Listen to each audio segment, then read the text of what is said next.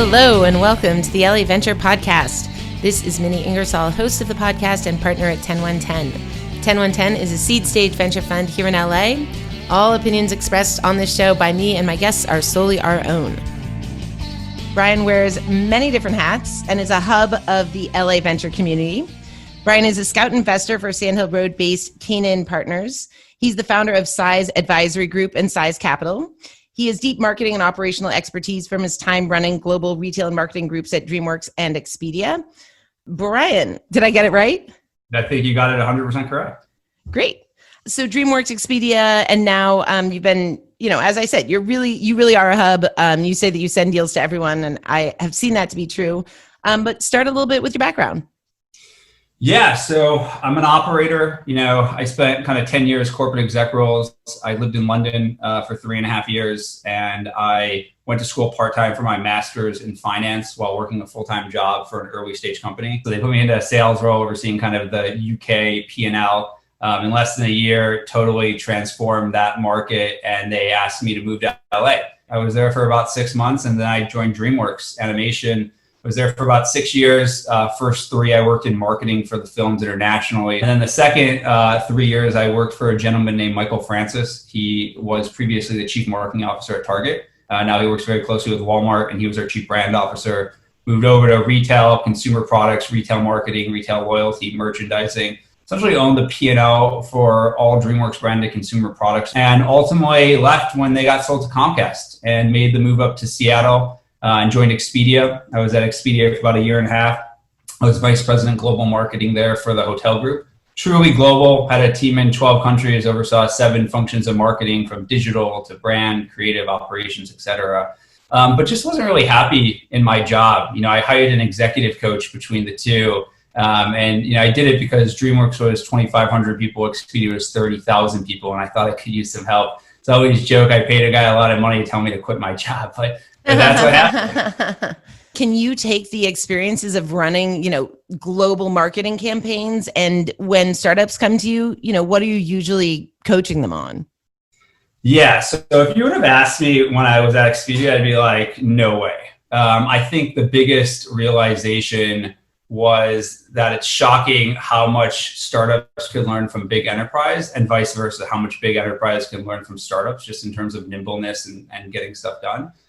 So I learned very quickly, a superpower I had, I never knew I had, is I could sit with a founder for 30 minutes and completely dissect their business and figure out incremental revenue streams and incremental ways to be able to drive traffic or conversion. The one thing I would say is when you're not in a corporate role, and you're kind of on your own, it's hard to learn, right? Like in a corporate role, you're always learning and you're always challenged with new things. So I use the challenge of meeting founders and entrepreneurs to just learn about businesses. And I really stretch myself. Like I'll meet, my sweet spot's consumer or B2B2C, but I'll meet like gene technology companies or, things that are like really outside of my wheelhouse, just because I want to challenge myself to learn as much as possible. But so how, if people want to learn from your experience, like how do you sit with someone for 30 minutes and then help them find new incremental revenue streams or something? Like what sort of process, how can we recreate that? Yeah, that's a good question. For some reason, when they start talking about the business, just my brain works in a manner where I just start identifying ways for them to be able to transform their business and take it from kind of the current stage it is to quote unquote that hockey stick growth.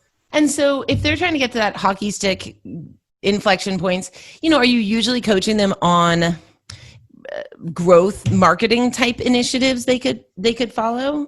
So I would say the answer should be yes, but the reality is it's all people, right? So like typically you could have the best idea in the world, the best business in the world, but if you don't have the right people, you don't have the right processes, you don't have the right culture, that's the stuff that I really start with. So, taking my own experience of having an executive coach, one of the founders here in Beverly Hills for a company we all know, got a coach. And I kept preaching to him, get a coach, get a coach, get a coach. A week later, he's like, Brian, you just changed my life. And I'm like, yeah, I'm telling you, like I had the experience myself. Like it is life-changing. And a lot of the coaching for his aspect is really, and he said it perfectly. He's like, I have to go from a founder to a CEO. And I'm like, that is the right statement, because being a founder, you're rolling up your sleeves, you're doing a lot of stuff. But as you start to grow and scale, being a CEO is just about, how do you build a culture and how do you attract and retain the right talent to be successful going forward? So I've gone through different culture exercises. I have a question for you. How do you help someone build the right culture, or how do you help them dissect their culture even? I think it starts with you as an individual first. You need to do a lot of self-inflection. This, again, I'm not quote unquote like a startup founder, but I kind of did this self-inflection myself when I realized what my personal values were, and then what the work values. So a culture was already created at Expedia. So I think as a founder, your personal values 100% need to align with the culture you're trying to build. Otherwise, you're not going to be a good fit for your own organization. And then from there, once you bring on the first employees, and the guys at goPuff, which is a company I advised, they told me they got this advice from their investors at the Series B, which I thought was phenomenal. Is the investor said, take 30 days to do nothing with the business and just focus on the culture. And a lot of it was a bottoms up assessment and survey of understanding all the people that are already there, already on the team. Why do they come to work every day? What excites them? What do they feel is the mission? Yeah. So goPuff is a great example, because if I understand goPuff, it was started by a founder, a couple of founders when they were in college, and then has raised hundreds and hundreds of millions of dollars, maybe from SoftBank. They got a huge, I don't know whether it was a Series B or what it was. What has been sort of your involvement there?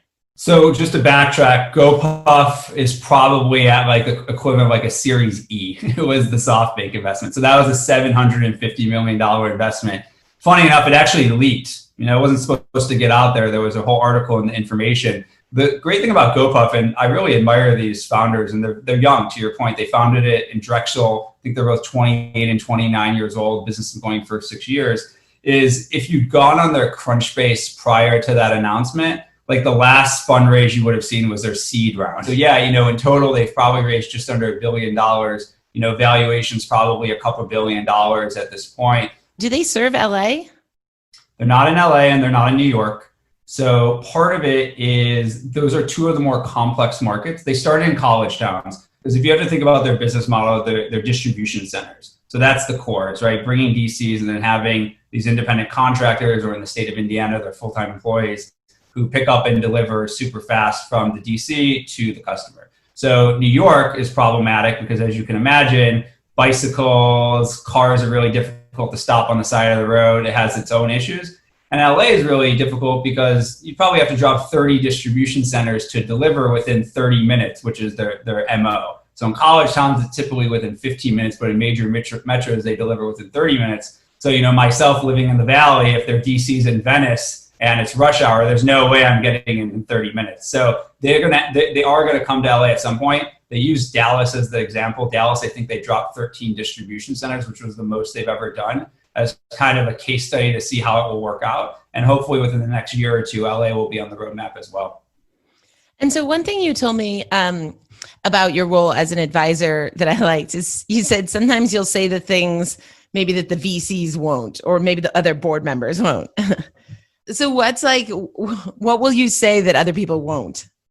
The truth. So I think we talked about this before, and this is no disrespect to anyone in venture. The reality is when you have a venture fund, your duty is to return to your LPs. That is the goal of a fund. So you could be sitting on a board in a conversation with a company, and it could be all about what is your goal and mission, and it might not necessarily align with the business. So I think I told you about this before, there's a business in town who had an offer from Walmart to buy them for a lot of money, and the VC blocked it because they said they could get a much larger valuation later on, and now the company's insolvency. So it's just a great example of if I'm a founder and I put myself in the founder's shoes, life is long, life is a journey. So if you can get an exit and get a single or a double, I'd take it and run and move on to the next thing, right? You're eventually going to get your home run, but you don't need your home run immediately. You're going to have 3, 4, 5, 7 different things that you're going to do in your career that if Walmart, Walmart, like one of the largest companies in the U.S., comes and is going to give you a cash and stock offer, I would take it and run all day long. And obviously, a VC fund might feel differently.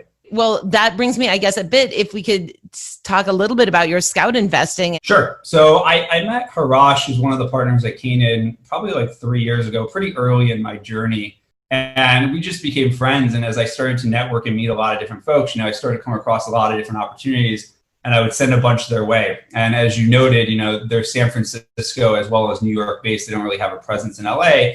And I was seeing just a bunch of really interesting opportunities in LA, but also outside of LA, and I kept sending it their way. So when they decided they're going to start their first scout fund, because they hadn't done it before, he called me and said, would you be interested in doing this? Because obviously you're sending a bunch of really interesting opportunities our way. And I said, sure, absolutely.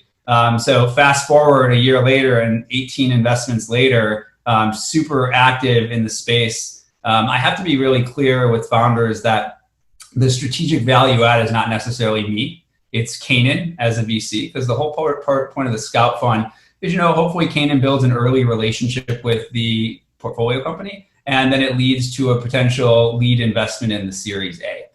So I say, look, they're going to bring you into their ecosystem. You're going to be like any other founder who's part of the Canaan portfolio. You're going to build a relationship with them, and I'll be your liaison as well. But that's the real value add. And most scout programs, as I understand them, they're giving you some allocation of their capital, and you get to make sort of autonomous decisions about what companies to invest into. But then the idea is that Canaan would then lead the Series A. Pretty much. I would say so far, every deal I've submitted has not been they haven't said no to.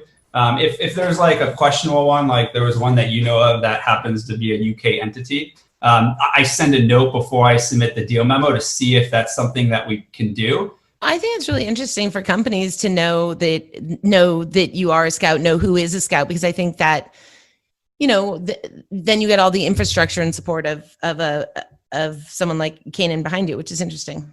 I would also add too is, a lot of times the best deals come from, who in the network. With that said, I recently put Scout Investor on my LinkedIn profile, and the amount of cold outreach I get is pretty crazy. I noticed that, and it's, we had Mike Stoppelman on the show, and he's a scout, but he doesn't talk about for whom. And so, because there is this, as I understand it, for your checks, Canaan probably does not appear on the cap table, right? Correct. Yeah. So it comes back to they're not on the cap table, but it's really you're getting an in, right? You're right. Kind of getting a leg up with the relationship with Canaan versus any other VC out there. Right. But as you said, it's not what is paying your bills. So tell me more about Size Capital and Size Advisors. Sure. So as I was kind of going on my journey post Expedia, the advice I was given by Neil Golden, who's the former CMO at McDonald's, was go meet 300 people and you'll figure out what you want to do with your life. And I'm like, that's pretty good advice. So took it to heart. Past 2 years, I met just north of 2,000 people. And as part of that journey, I started to meet a lot of people like me. For some reason or another, they too were done with the corporate world. They were all former C-suite execs who were advising, consulting for a multitude of high growth companies, but each one doing it in their functional lane. So finance was doing finance, marketing was doing marketing, HR was doing HR. My whole thesis was, why don't we bring them together as the dream team, where collectively we could add a lot more value to growthy stage companies than we can individually. But I would say, per our conversation before, most of the problems happen when you get your largest injection of capital to date, which is typically the Series B. So I like to say we're quote unquote bringing some adults into the room. So how it typically works, which we've learned works the best way, is we go in and say, look, here's where you're at today from a valuation standpoint. Here's where you want to get to. It's kind of like an a la carte menu. What are the one or two key functional areas to get you to the next capital raise or liquidity event at a larger valuation? So at the core, Size is a business. We're not doing it for sweat equity, but that's when Size Capital comes into the mix. It has some similar sounding characteristics to an accelerator, and not, I feel like a lot of accelerators will talk about being able to bring in that sort of talent and help people get to the next stage of fundraising, but they're just doing that at the sort of seed or pre-seed to Series A stage. Is that a fair comparison? I think it's fairish comparison. I would say there's probably two. So there's private equity funds who have teams of operating partners because they have large AUM and they can afford the level of talent on the management fee. And then there's the other world. There's accelerators that are like pre-seed and seed. But again, these companies can't afford the fees, so the operators are not getting compensated what they would get if they were at a private equity fund, for example. And so Size Capital, that's where you're actually getting the equity side of things. Size Advisors is just payment.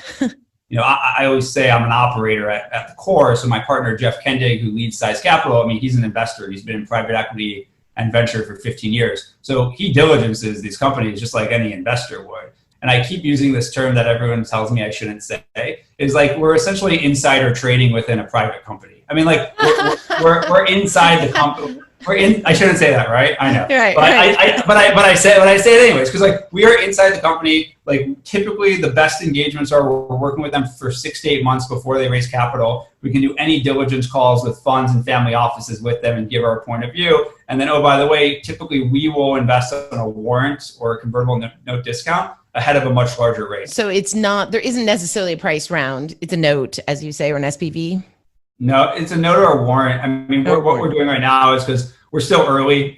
So on this part of Size Capital, we're doing SVBs right now in our companies because it gives like our family office network ability to have choice opposed to having like a committed quote unquote fund. But we're going to kind of play it by ear. At some point, maybe in a year or two, we might actually raise a fund around it. I kind of liken it to my friend Adam Freed, who has the K Fund, where they're about a $25 to $50 million fund. But they have about 7 or 8 family offices that actually give them access to like $250 million in capital. Because you got to remember, like we may look to write like a $1 to $3 million check at like a Series C, but that's going to be like a $35 to $50 million round. So if we have our family office partners, in theory, they may pay us a fee on the $1 million, but they can write a $10 million check with no fee and no carry directly in the company. And so if you're coming in the companies at 10 million in revenue and you're helping them create a strategy to 5x that, 10x that, 5x it, how do you create a strategy? I mean, maybe that's a very basic question of like, I went to business school. How do you think about the strategy components? I think the strategy and execution. So, what VCs do, and I give them credit, is they make intros. If you ask founders, hey, this VC sits on your board or this VC invested, like what have they done? They said, oh, they made an intro like, once a month to this person or this person. So I do that at scale, but I join for all the meetings because typically these companies are retail technology, marketing technology, restaurant technology companies, which is where my background and skill set is. So I get immersed into the business and actually help them on the execution side. So long story short, it's not just about the strategy, but it's actually being able to help them get to closure on deals. Got it. And one thing you said there was, you said you went out, you got the advice from the McDonald's CMO to go meet, a few hundred people. You met 2,000, right? And you're clearly this hub in the community. Do you have tools to sort of productize, institutionalize to actually make that work for you? Like, do you have massive Airtables of your friends all classified in certain ways, or what are you doing? So I'm going to give you my secret. Yes, please. There's a few different things, and you're going to be like, you are crazy.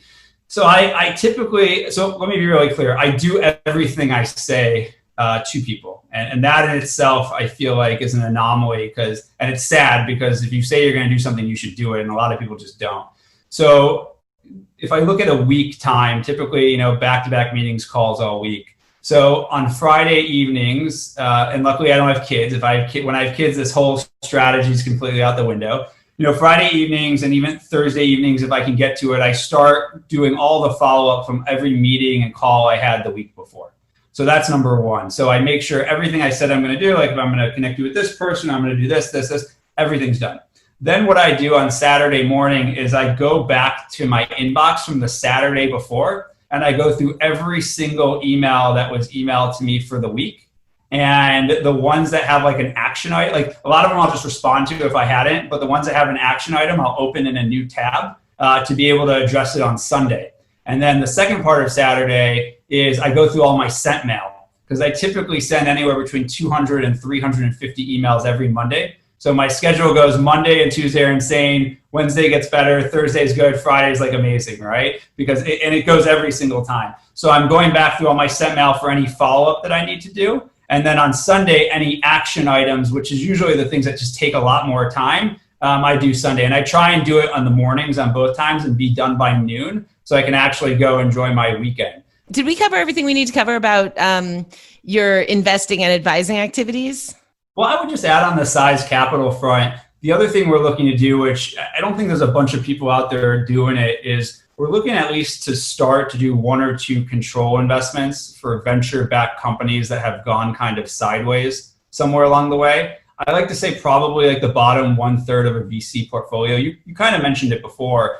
Ones who've been in it for 7 or 8 years on the cusp of profitability, just can't figure it out, and there's not really an exit that's there. And the VCs just kind of stopped caring about it because they want to focus on the winners. Our thought is, could we find 1 or 2 gems in there, similar criteria to size, like real revenues, like 10 million plus in revenues, but maybe the cost side, they just can't figure it out. And essentially take a controlling stake from the VC and deploy our advisory team onto the company to kind of help reimagine or rebuild it. So this kind of comes back to the private equity approach, but taking it to growth stage venture, but having economics that are much more highly in favor of the operators, the folks doing the work. Because as part of my journey, I went down the route of potentially joining a private equity fund as an operating partner. And I love the fact that I'd be able to work with so many different diverse companies. I didn't like the fact that I was going to do all the work and the investors were going to keep the majority of the money. So I wanted to create a model where, if you're an operator, this is like the inverse of size. Like we are really doing it for sweat equity.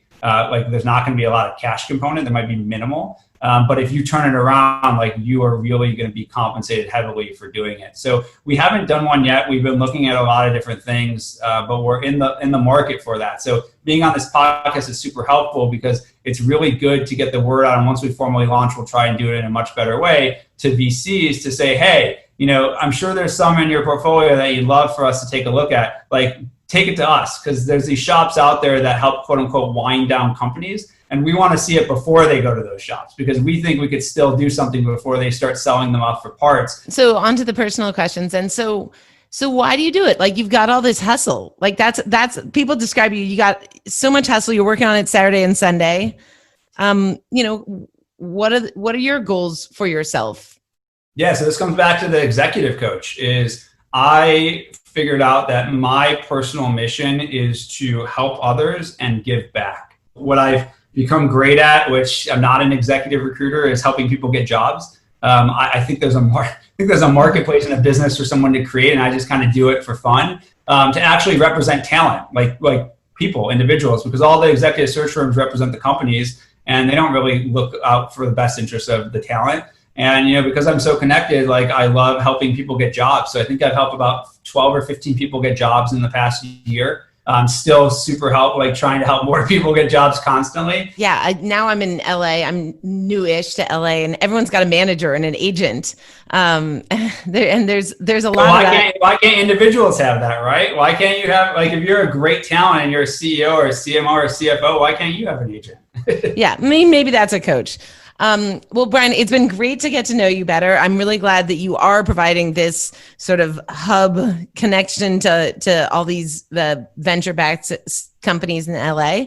And how can people find you? You can find me on LinkedIn, Brian Schwartz. Yeah. You can email me at brian@size.vc. Normally in a non-COVID environment, my office is our tavern in Brentwood and Montage in Beverly Hills. So awesome. That's where you can normally find me. That's great fun. Great. Well, thank you so much for coming on the show. That's perfect. Thank you so much for having me. Really appreciate it.